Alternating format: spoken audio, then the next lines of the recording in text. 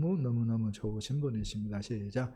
우리 하나님은 너무너무 좋으신 분이십니다. 할렐루야.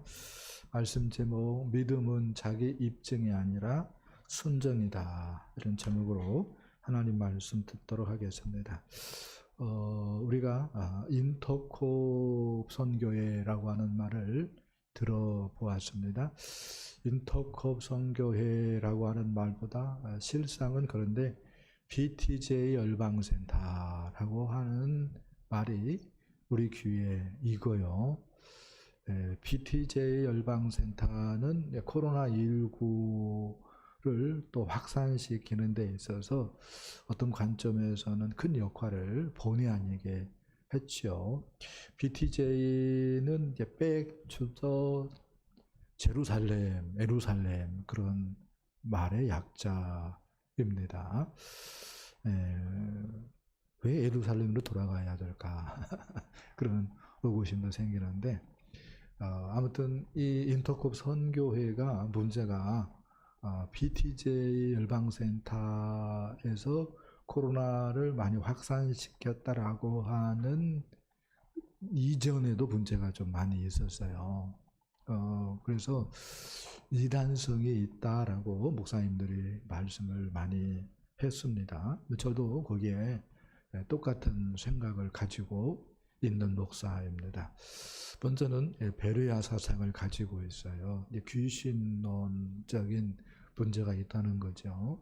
예수님이 오신 목적은 죄인들을 구원하기 위해서 오셨는데 그것이 성경의 주된 사상인데 베레아 사상은 예수님이 오신 목적을 귀신을 멸하기 위해서 왔다라고 생각을 합니다. 그러니까 귀신 쪽에 초점을 맞추니까 여러 부작용들이 많이 생기는 거예요. 사람들 쓸데없이 겁도 많이 먹고 두려움에 빠지고 사람의 종이 되기도 하고 그런 일들이 벌어지는 거죠. 두 번째는 이원론입니다. 이 세상을 하나님과 마귀 간의 그 전쟁터로 보는 거예요. 마귀가 좀 세죠. 인간보다는 센데 하나님하고는 견줄래야 견줄 수가 없는데 어떻게 하나님과 마귀가 대결하는 세계로 보고 있는지 참 답답해요. 근데 그런 생각을 가지고 있습니다.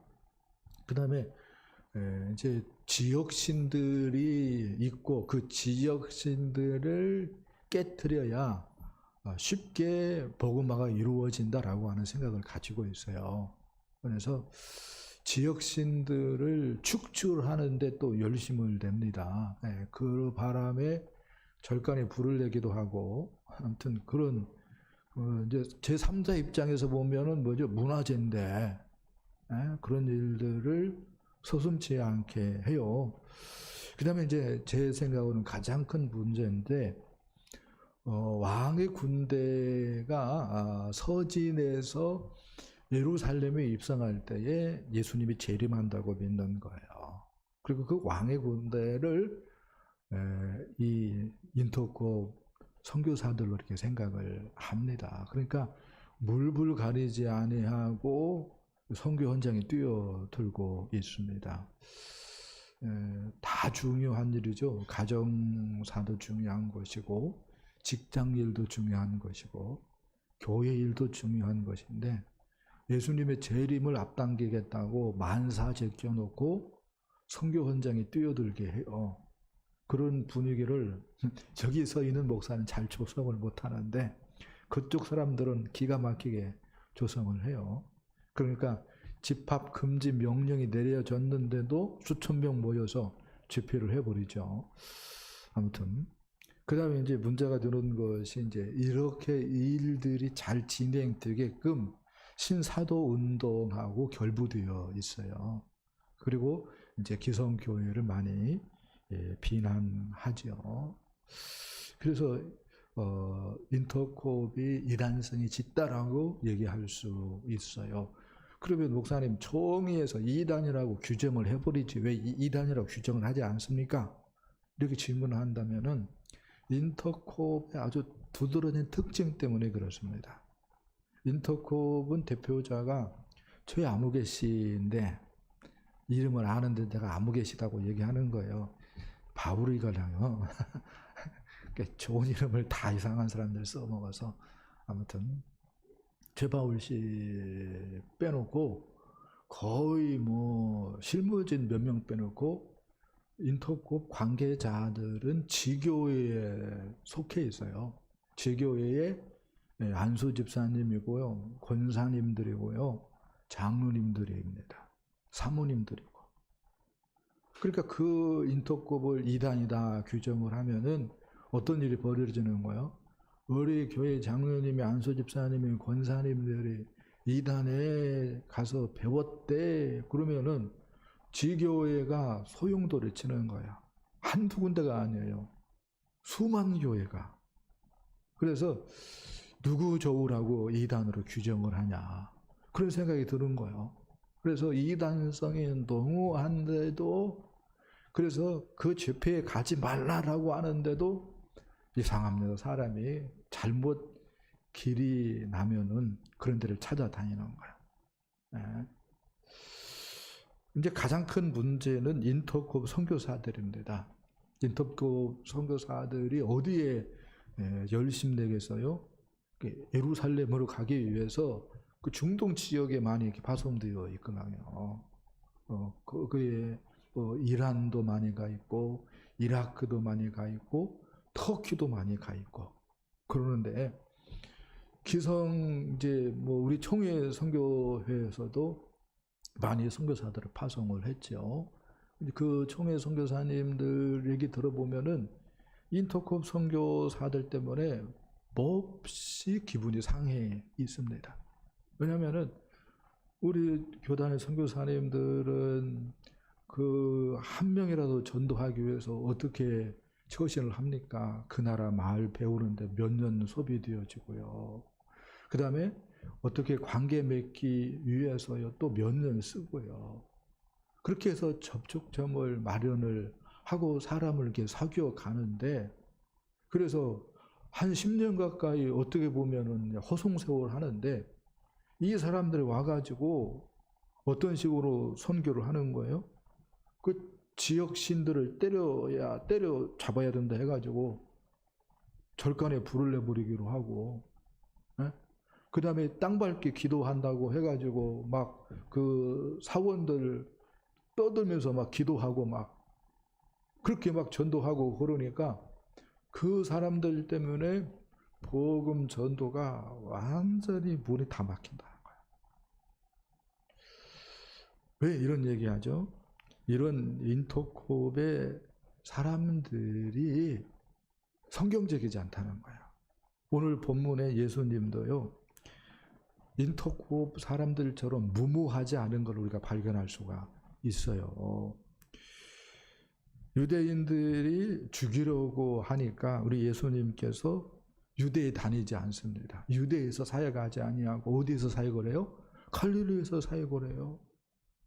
예수님도 하나님의 아들인데도 불구하고 그렇게 살피면서 사역을 하거든요.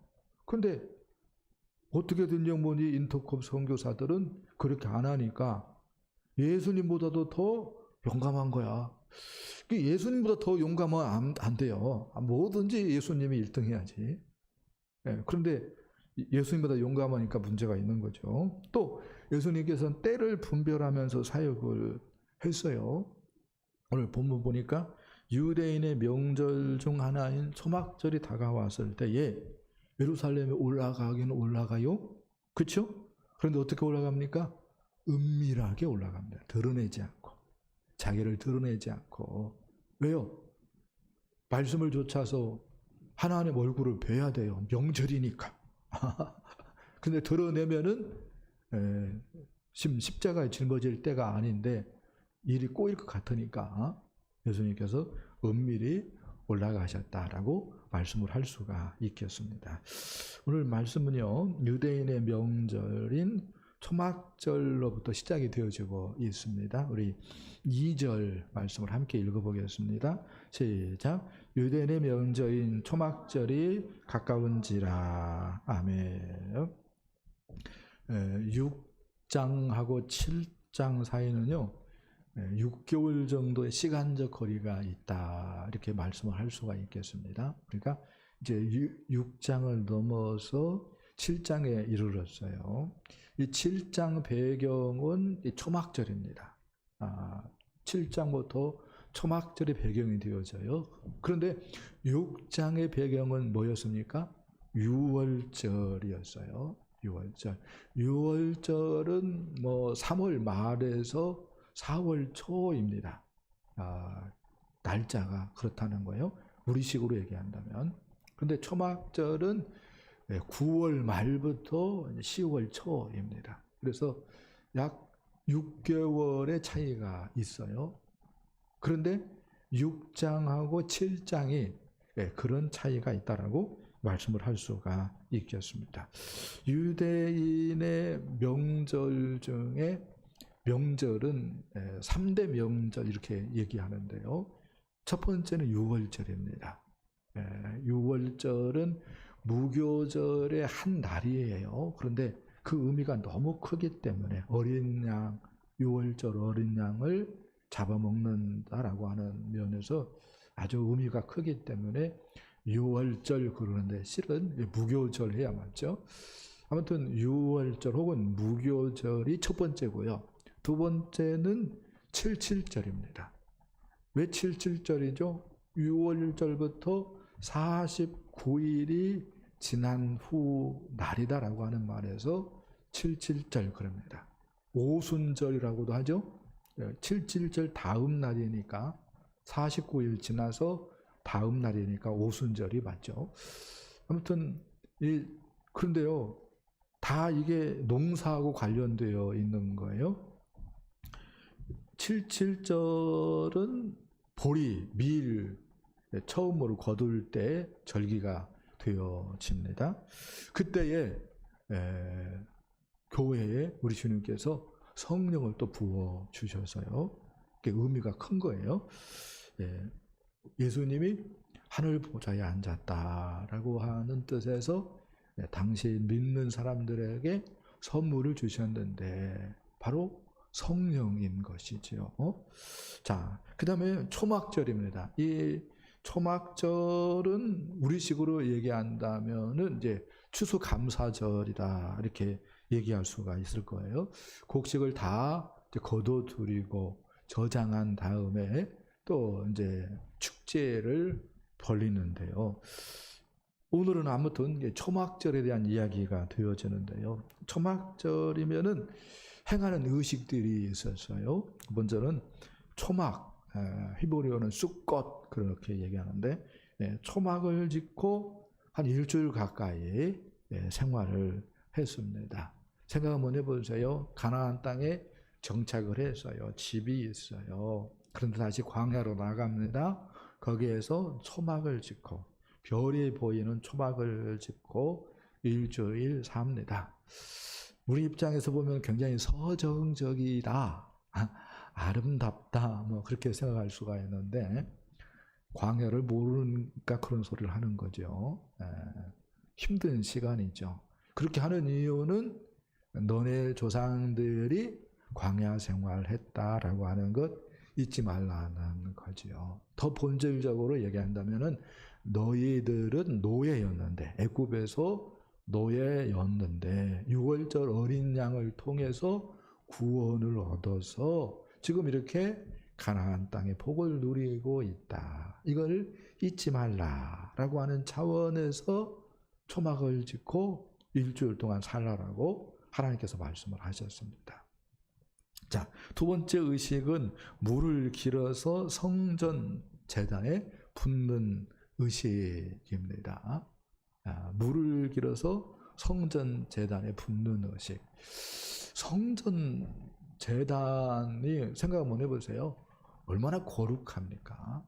그런데 그 제단도 실은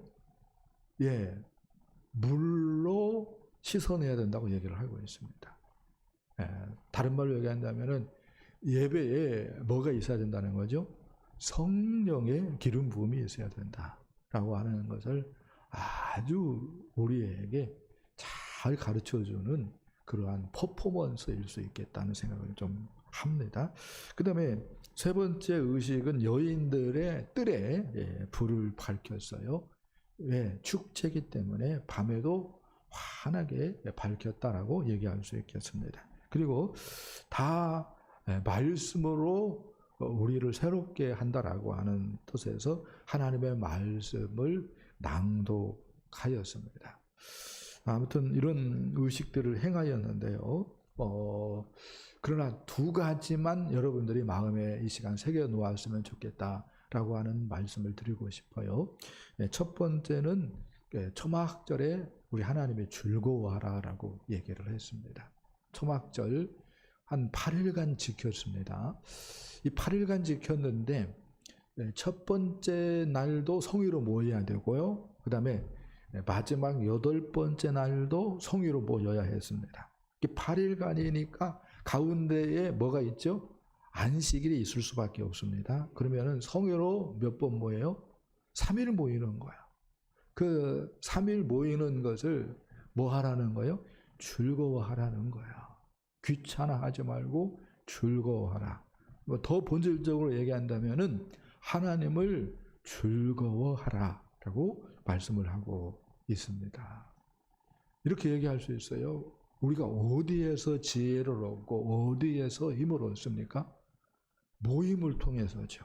더 본질적으로 얘기한다면 하나님과의 만남이죠. 할렐루야.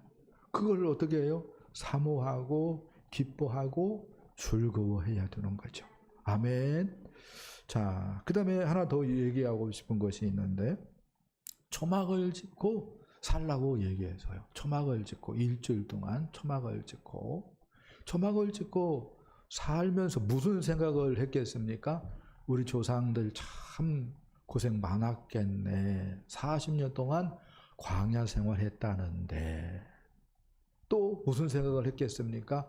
원래는 말이요, 우리 조상들이 애굽에서 노예였대. 어린 양, 유월절 어린 양을 통해서 자유를 얻었대. 그 생각을 한다는 거죠. 이렇게 얘기할 수 있습니다. 이것이 우리식으로 얘기한다면 십자가 사건, 부활 사건이다라고 말을 할 수 있습니다. 그리고 이렇게 초막을 짓고 일주일 동안 광야에서 지내면서 우리가 애굽의 종이었어. 우리가 나그네 인생이었어.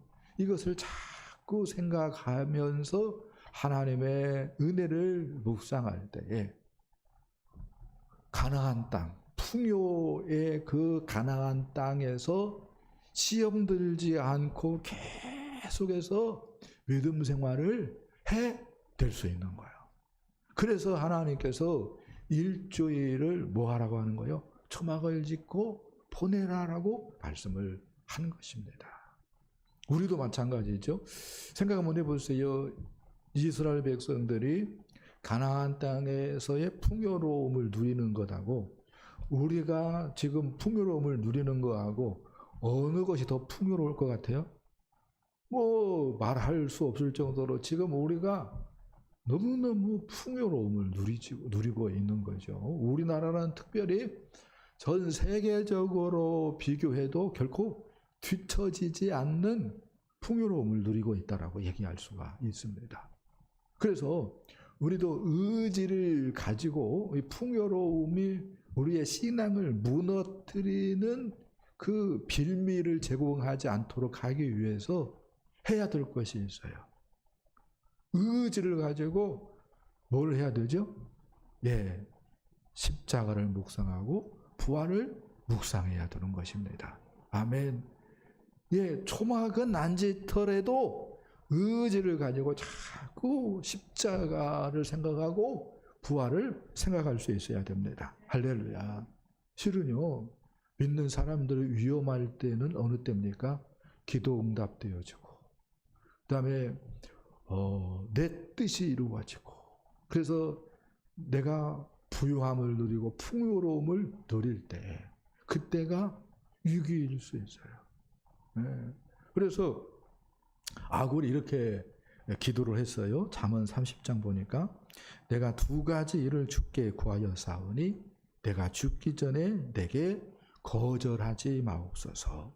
곧 헛된 것과 거짓말을 내게서 멀리 하옵시며 나를 가난하게도 마옵시고 부하게도 마옵시고 오직 필요한 양식으로 나를 먹이시옵소서.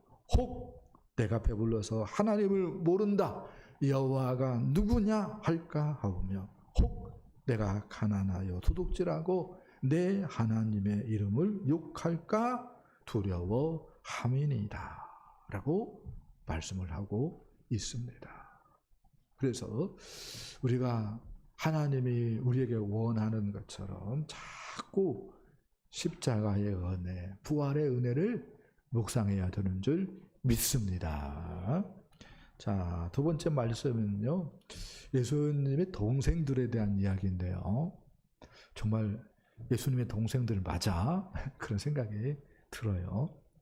자, 3절, 4절 말씀을 보겠습니다. 시작. 그 형제들이 예수께 이르되 당신이 행하는 일을 제자들도 보게 여기를 떠나 유대로 가소서. 스스로 나타나기를 구하면서 묻혀서 일하는 사람이 없나니 이 일을 행하려 하거든 자신을 세상에 나타내소서 하니 아멘.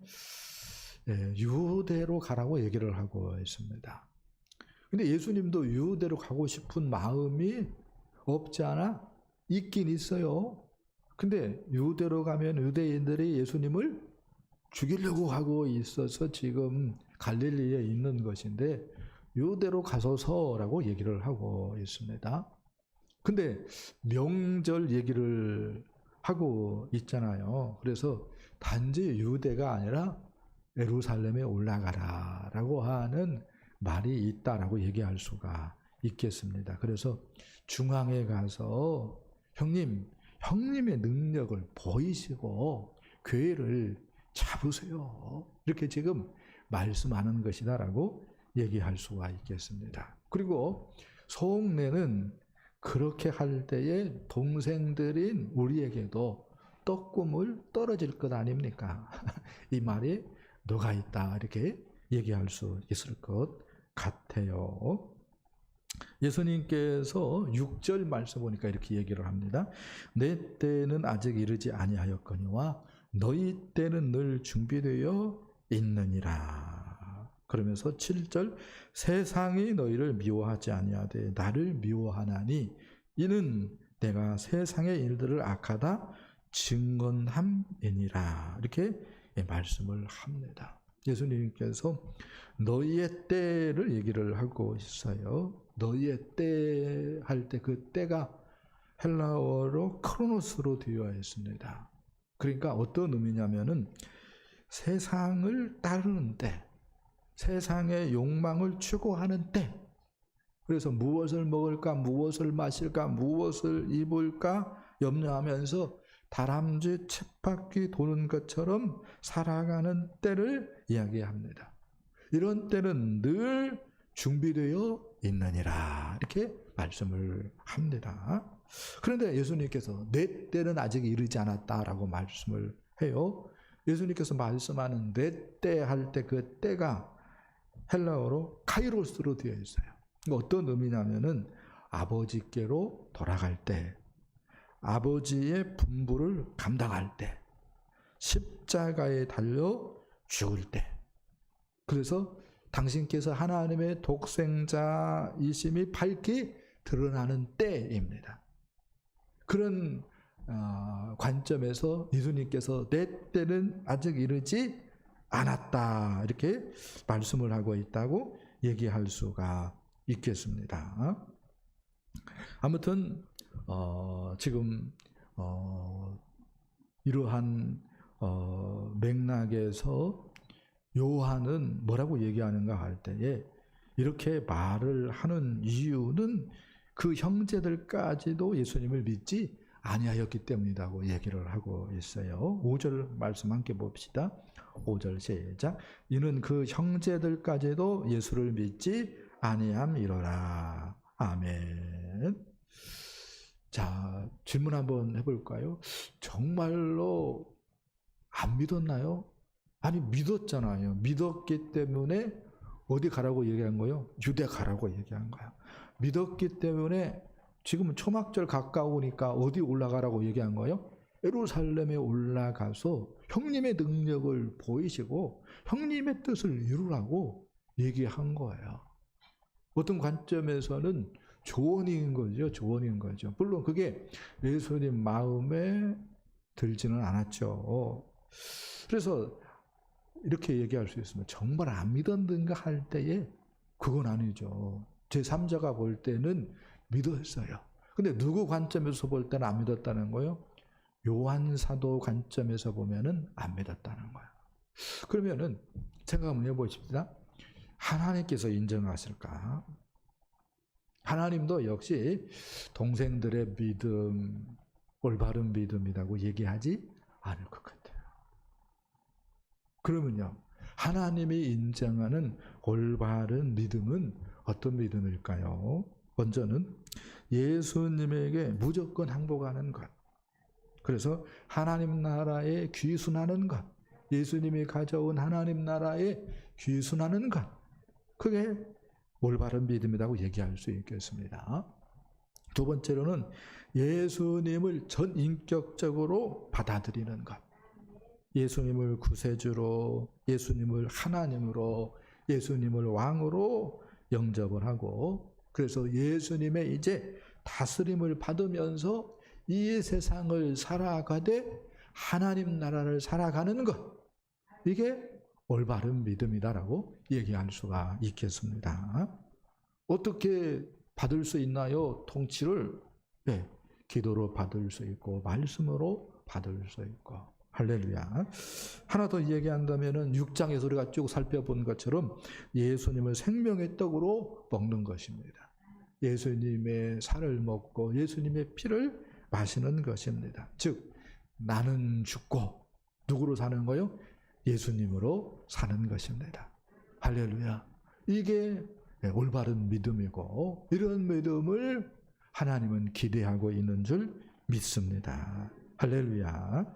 자, 세 번째 말씀 봅시다. 우리 예수님께서 은밀히 올라가셨다고, 예루살렘에 은밀히 올라가셨다고 얘기를 합니다. 우리 10절 말씀을 보겠습니다. 10절 시작. 그 형제들이 명절에 올라간 후에 자기도 올라가시되 나타내지 않고 은밀히 가시니라. 아멘. 예수님께서 자기를 나타내지 않고 은밀히 가셨다고 얘기를 하고 있어요. 이것은 어떤 의미가 있죠? 첫 번째는 동생들의 제안을 거부했다는 거죠. 동생들은 뭐라고 얘기했어요? 우리 형님을 드러내십시오. 형님께서 메시아인 것을 드러내십시오. 형님의 형님됨을 입증하십시오. 좋은 기회이지 않습니까? 피할 수 있는 좋은 기회이지 않습니까? 올라가십시오. 예루살렘에. 이렇게 얘기를 했어요. 네? 그런데 예수님은 그것을 뭐 하는 거요? 거부하는 거요. 그래서 자기를 나타내지 않고 은밀히 가시고 있잖아요. 그래서 동생들의 제안을, 세상 정신을 뭐 한 거예요? 거부한 거예요. 거부한 거예요. 그러면요, 예수님에게는 어떤 마음이 있는 거죠? 나를 드러낸다라고 하는 것은 중요한 것이 아니라, 사람들이 그래서 나를 주목하는 것은 중요한 것이 아니다. 보이지 않지만, 느껴지지 않지만 하나님 앞에서 처신하는 것, 그래서 하나님이 알아주시는 것이 중요하다, 이렇게 생각한 거예요. 할렐루야. 예수님의 생각이 맞지요? 아멘. 예수님의 생각이 옳은 줄 믿습니다. 아멘. 여러분, 진짜 능력이 뭐지요? 진짜 능력은요, 십자가를 지는 것입니다. 그래서 죄인들이 죄를 용서함 받고, 그래서 회개함으로 구원에 이르게 하는 것. 이게 뭐예요? 예수님에게 있어서 진짜 능력인 거죠. 이것을 추구해야 맞는 것이지 세상 정신을 좇아서 내가 하나님의 아들이다 라고 하는 것을 드러내고 거기에 혈안이 되어 있으면은 메시아하면 다야? 이렇게 사람들이 반응할 수도 있는 거 아니겠어요? 실은요, 동생들의 제안이 누구의 제안하고 익숙하죠? 마귀 사탄의 제안하고 익숙합니다. 마태복음 4장 보니까 시험하는 마귀가 예수님을 찾아와요. 예수님 40일을 주야로 금식하셨는데 마귀가 와가지고 시험을 합니다. 먼저 뭐라고 시험을 해요? 이 돌들을 떡덩이가 되게 하라. 돌들을 떡덩이 되게 하는 것, 뭐 예수님 입장에서 창조주이시니까 뭐가 어렵겠어요. 돌멩이 없이도 얼마든지 만들 수 있을 뿐인데, 근데 만들지 않아요. 그게 중요한 것이 아니기 때문에. 또 마귀가 예수님을 이번에는 높은 성전 꼭대기에 데리고 올라가가지고 뭐라고 얘기해? 이곳에 뛰어내리라고 얘기를 합니다. 뛰어내리면은 하나님의 아들이니까 하나님의 천사들을 동원해가지고 그 발이 그 땅에 닿기 일보 직전에 너를 구출할 거 아니냐. 그러면은 모든 사람들이 너를 주목하고 그때부터는 수많은 사람들이 너를 따라다닐 거 아니냐. 그렇게 하나님 일을 해야지. 그렇게 뭐요? 충동질을 했어요. 마귀가. 네. 그런 사탄의 시험하고 예수님의 동생들의 제안하고 어떤 관점에서는 일맥상통을 해요. 근데 그것은 뭐예요? 능력이 아니다고요.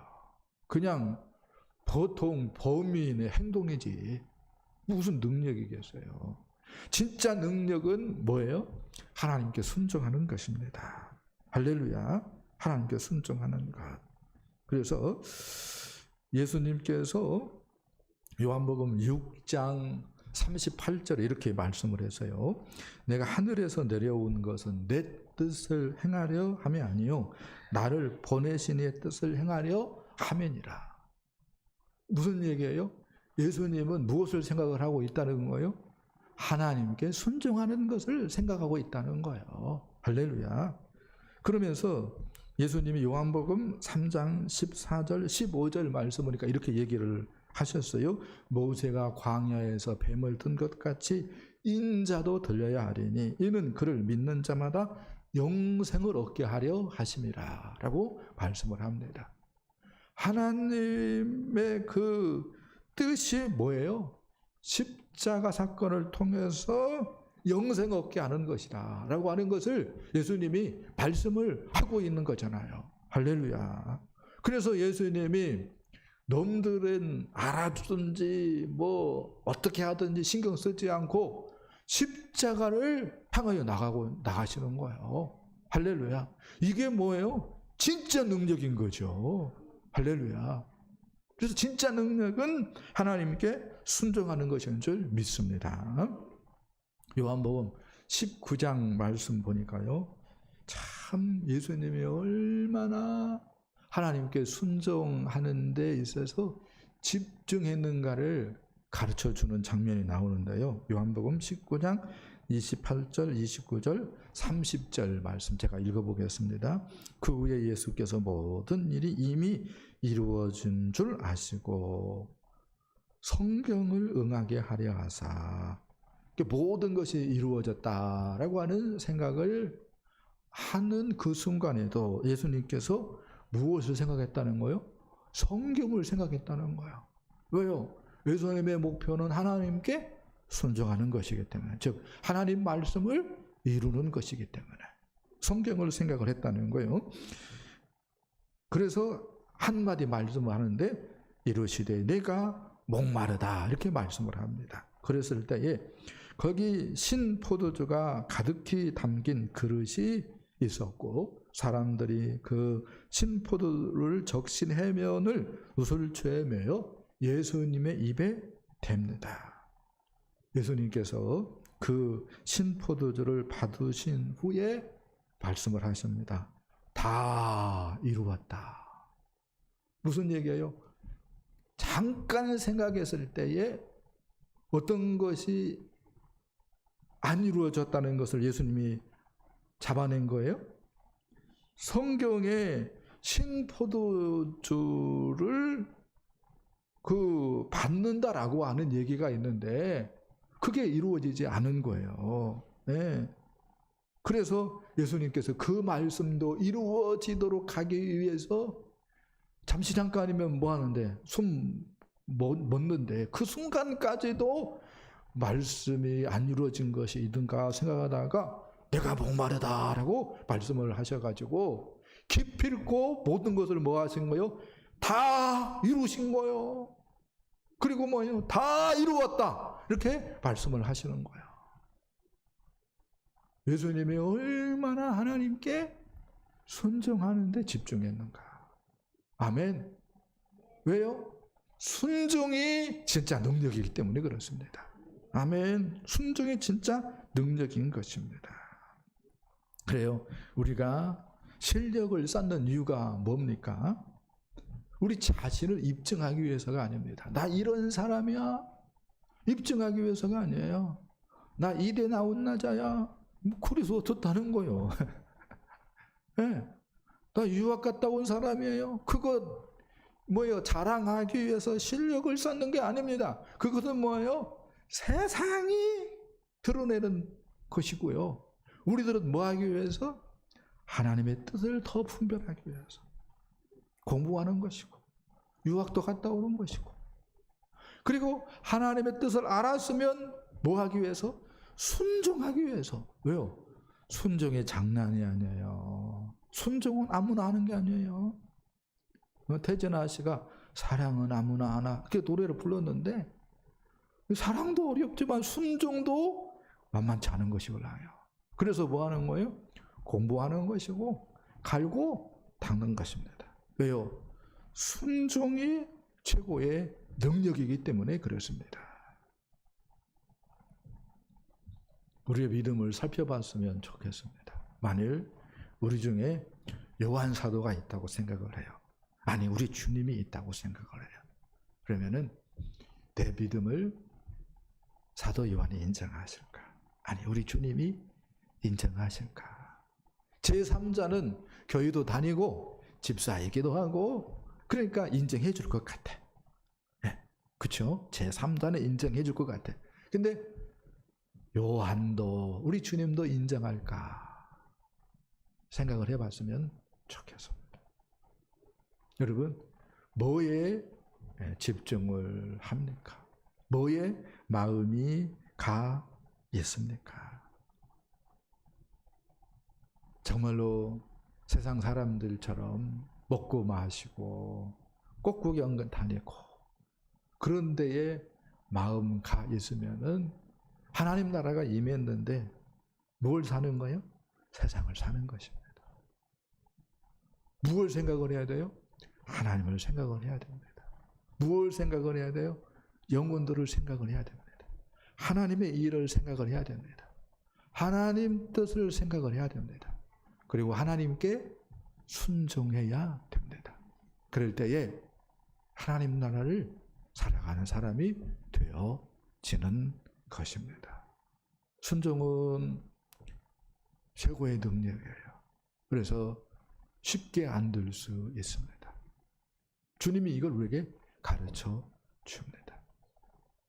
그러나 우리가 다시 돌아갑니다. 십자가를 생각하고 부활을 생각한다면 아멘. 이 세상이 나를 유혹하는 것들이 많이 있다 할지라도 십자가를 생각하고 부활을 생각한다면 우리가 오늘 순종의 길을 걸어갈 수 있는 줄 믿습니다. 신앙의 원점 십자가를 생각하시고 부활을 생각하심으로 순종함으로 하나님 나라를 살아내는 저와 여러분 되어줄 수 있기를 예수님의 이름으로 간절히 축복합니다. 축복합니다.